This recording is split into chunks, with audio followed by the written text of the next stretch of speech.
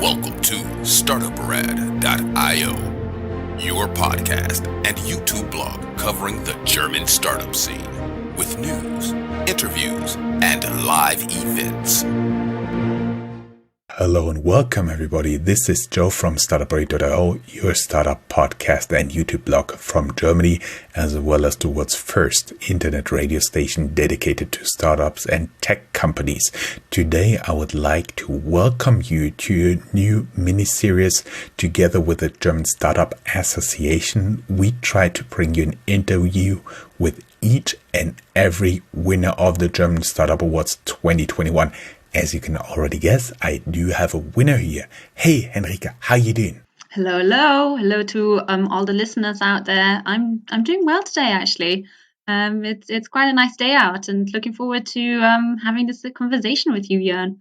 I'm looking forward to it as well. We may tell our listeners that you're here because you're the female entrepreneur of the year in the German Startup Awards 2021. Congratulations. Let us first... Social Entrepreneur of the Year, which is quite exciting. Social Entrepreneur. I'm so sorry. Social Entrepreneur of the Year, German Startup Awards 2021. I'm so sorry.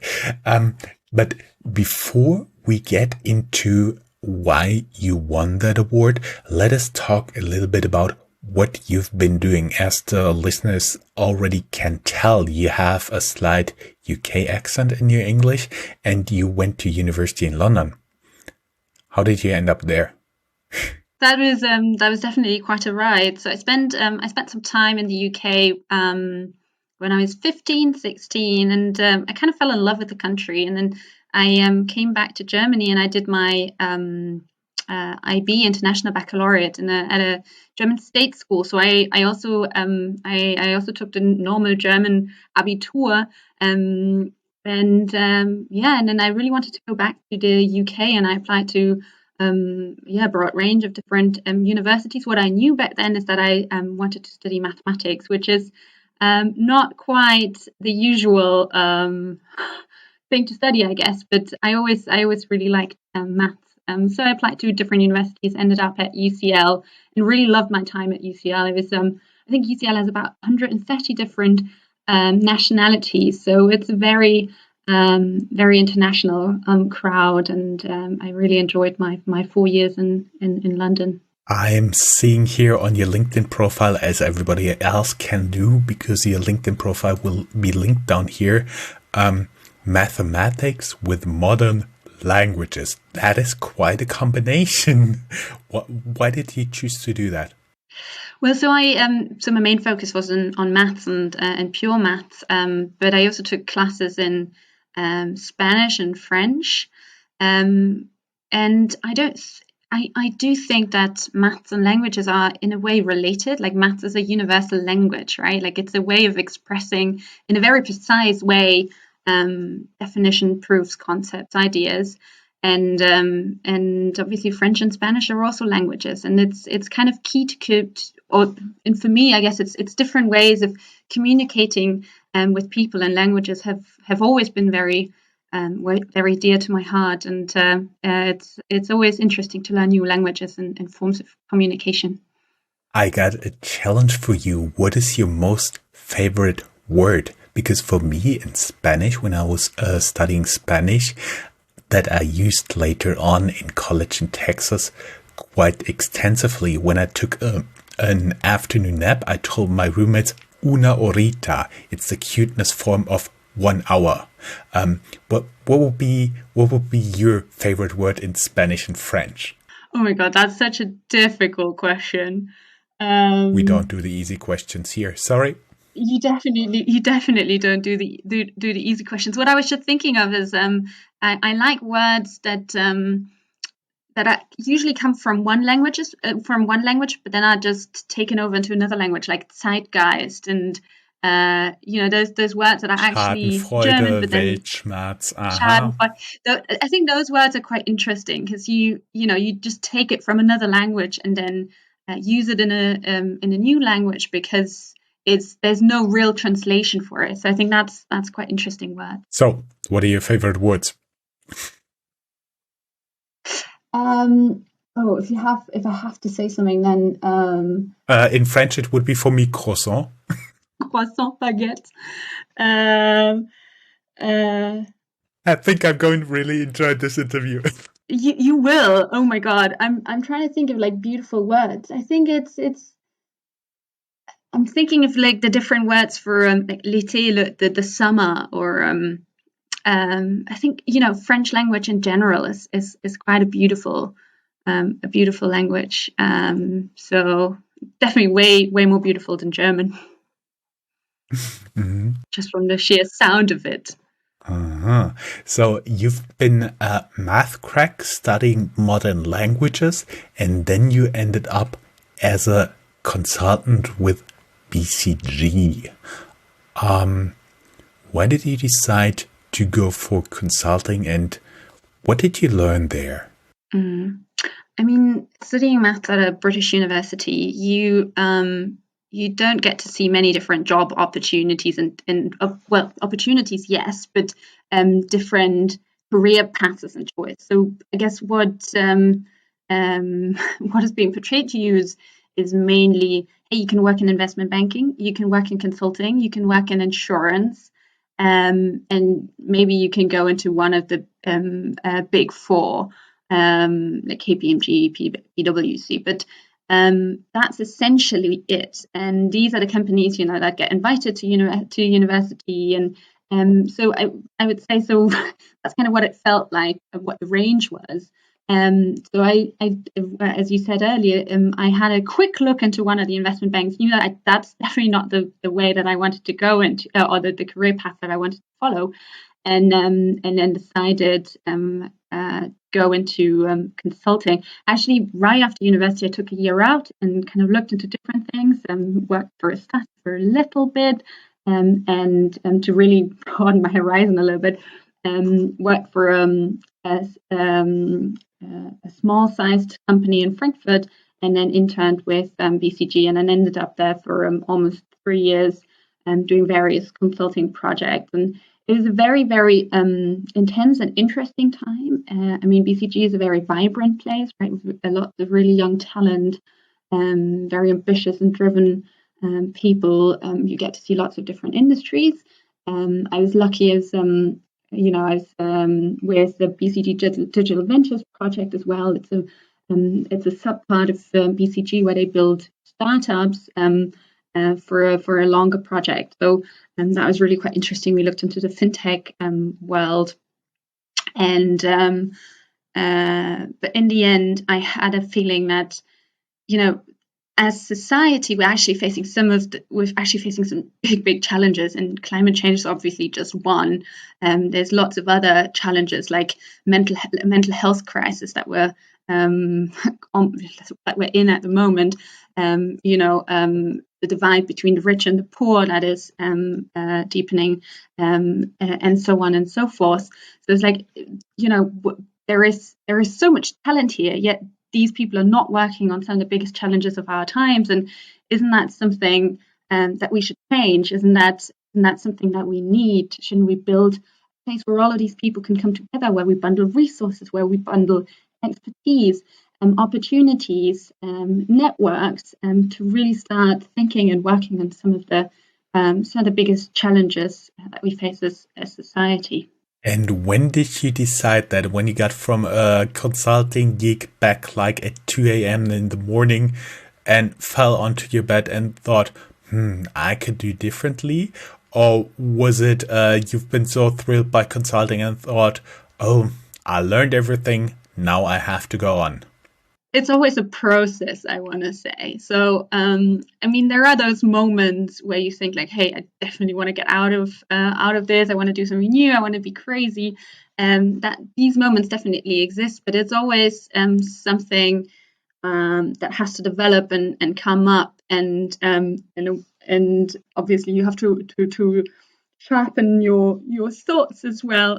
So that these were ideas that I had in mind, and then I actually met up with a university friend of mine and Philip, my co-CEO, and I told them about these ideas, and they said, "Hey, this is exactly what we what we have in mind as well for Project Together. And that was the kind of the start for Project Together as it is today.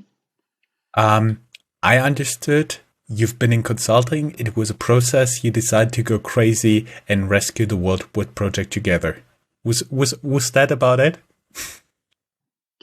Well, you always have to have big visions, missions, ideas when you wanna change something. So that's definitely it. But back then, it all seemed crazy. We just knew, we knew we wanted to do something. We wanted to change something, and now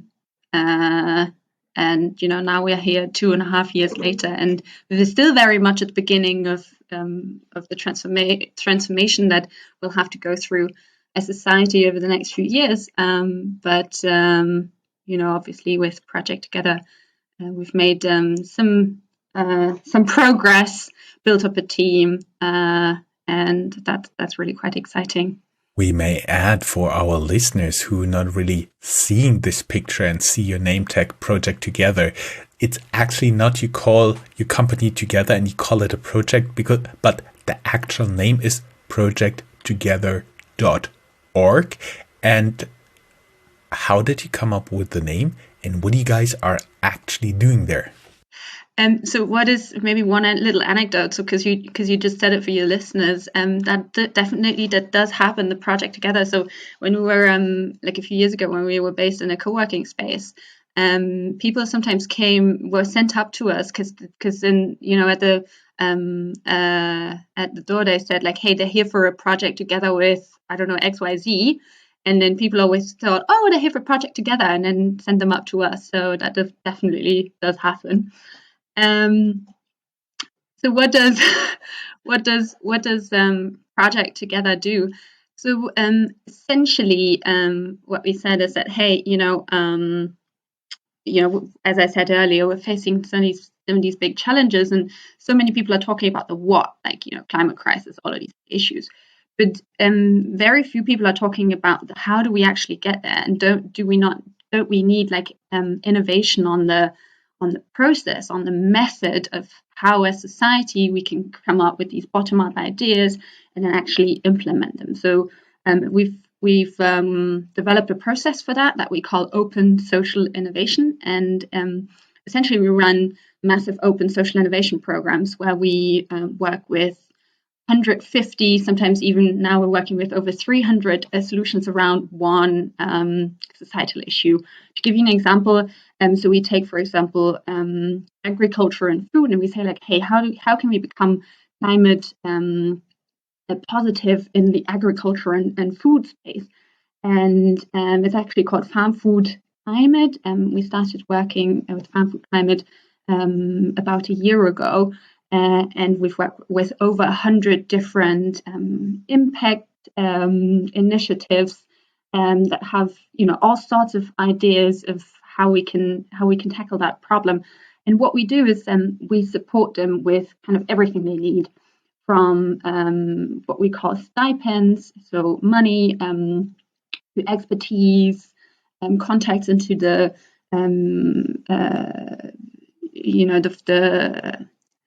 public sphere, but also companies, organizations. We connect the startups amongst themselves, and we really build a community and an ecosystem around those challenges.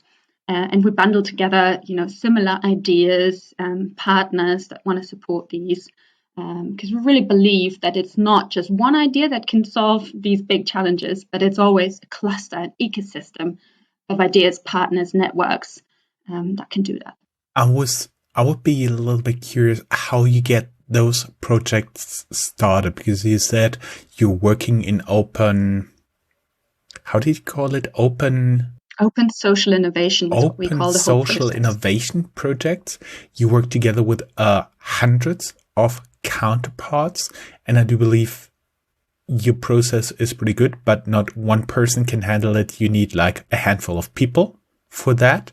And where did it come up with the initial problem, and how do you find the startups that are then working on this? So how do we come up with the problem? We're constantly learning as well and trying out new things, how we actually do that. So, for example, for Farm for Climate that I just mentioned, we actually had a 3-month process where we ran weekly open discussion forums and dialogues and invited all sorts of experts, citizens, farmers to come and discuss with us what were the biggest problems in the space. And sometimes we set a theme for a call and then kind of dived a little bit deeper there. So yeah, it was really a 3-month open dialogue to understand the field and the space. For what is now called Update Deutschland, Update Germany, a new program that started in March. We did a completely different process, which was also really interesting. We had an open call for challenges. So people from from the public sphere, citizens, civil society organizations, they were all asked to hand in different challenges, like concrete challenges that they were facing. We got over 600 different challenges and then kind of clustered them and saw where in Germany are similar challenges that need to be tackled. So that was very much an open, a bottom-up, open process of how we came up with the challenges that were then that are now being tackled in the programs.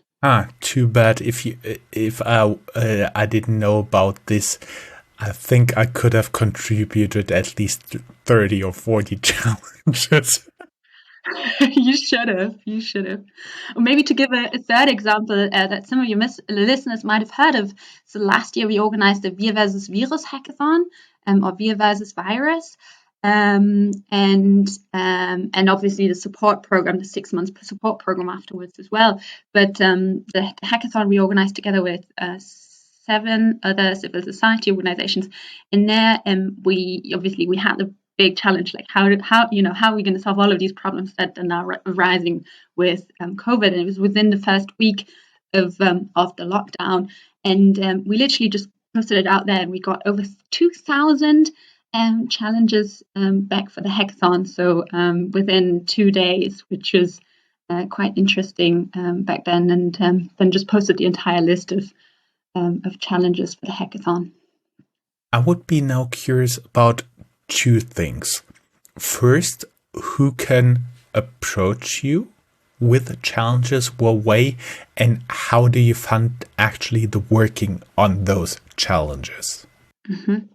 So for different programs, as I just said, or gave you different examples, it kind of depends on the process. For Update Germany, essentially everybody, all kinds of citizens, civil society organizations could come up and contribute challenges. So we're really quite open there. How do we then work on these, and how do we fund ourselves? So how do we work on these is we choose 100, 150. With Update Germany, it's more than 300 initiatives, impact startups, organizations that we're now working with, and that are at the core of that community. And we support them with voluntary coaches, experts, organizations that contribute resources, and all sorts of things. And then obviously for every program, we have partners that help us finance this. That can be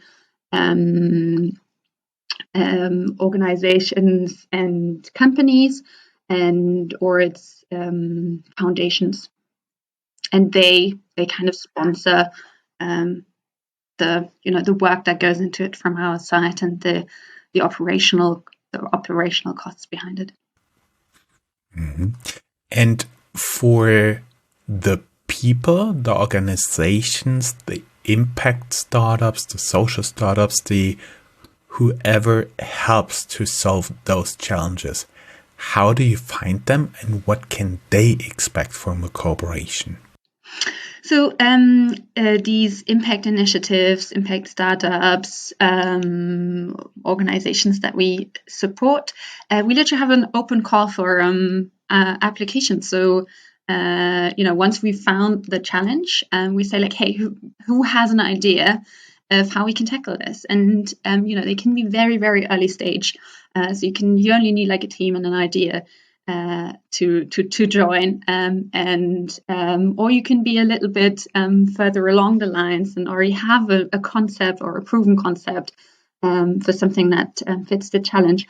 And for Wir versus Virus and Update Germany, it was also possible for people without an idea or without a team to join, because we had these starting points, these hackathon-like weekends. It was a 48-hour starting sprint, where all of the people who wanted to contribute came together and discussed challenges, discussed ideas. It was a weekend in March where 5,000 people came together digitally online, and these 600 people who contributed challenges, they gave a little bit of context around their challenges, and then people started ideating on the ideas. A lot of people brought existing initiatives and ideas, and then people could either join initiative or start a new one, and so lots of new ideas also came out of that weekend. So it's either you have an idea and build up on it, and you're a little bit further along the line, or you have no idea, no team, and you join one of those weekends and start ideating. That would have been my question if I could have just joined you as a team of me and my cat. Okay. Mm-hmm. Of course, if you want to do something around cats, then that could be a great teammate. Okay. I'm not sure how well your cat is handling Excel spreadsheets and PowerPoint presentations and things like that. Just awesome. Walks across the keyboard. Everything's totally fine. Mm-hmm. Yeah. So, sometimes even something interesting comes up there. We've been now talking what Project Together is. Some of your projects. People know down here in the show notes they can learn more. And is there a special project you've been receiving the award for, or was it just that you and Project Together are awesome? I guess you have to ask the jury, and it's I guess one thing that is very important to me is that obviously I was the one who held the trophy and said thank you for the award, but it's actually lots of people out there, the entire Project Together community, all of the other civil society organizations that we work with, the entire team. So many people have put so much effort into what Project Together is today, all of our volunteers. So this award is definitely belongs as much to them as it belongs to me, and that's really what is also part of our name, right? It's Project Together. We will not be able to solve these challenges alone, only if we come together as society, develop our ideas bottom up together, start supporting each other, start thinking in networks and clusters and support system rather than competition and single ideas and pushing single ideas. So yeah, I guess that's also part of what this award kind of, or I hope that's kind of what the support that the award wants to underline or give credit to. When you've been talking about it belongs to all the people working on Project Together, I was wondering, you're keeping the award somewhere in the office where everybody can see and touch it? Not yet, because I haven't really been back to the office yet, right? Because of Corona, we're in home office and lockdown. But I will, yeah. We'll definitely keep it on. You tweet us a picture? Sure, yeah. I'm not as much on Twitter, but sure, I'll try and do that. We take Instagram as well, don't worry. There would be quite a lot more to talk about, but we're now running approximately at 25 minutes with our recording. I'd like to thank you very much, deutschestartups.org, for making this interview possible. And everybody who'd like to learn more, of course, go down here in the show notes. There will be at least a link to our blog post, or go to www.startuprad.io/blog, and there you'll find the interview of Henrike and all the other award winners we can get our hands on. And there you find all the links leading to Project Together, Update Deutschland. It was Update Deutschland, right? Yeah, two languages combined. I was want to say Update Germany, but no, it's Update Deutschland, Wir versus Virus, your LinkedIn profile, and everything else. Thank you very much. It was just a pleasure having you as a guest. Thank you very much. If you are a professional looking at the European startup scene, Germany is a place you cannot miss. Fortunately for you, there is Startuprad.io, the authority on German startups. This English-only podcast brings you fresh interviews each week. Most likely, you have never heard or read anything on these startups before in English, but you will in the future. Be ahead of the curve and subscribe to Startuprad.io podcast, or check for the Startuprad.io internet radio station. Check your Alexa for the Startuprad.io skill as well.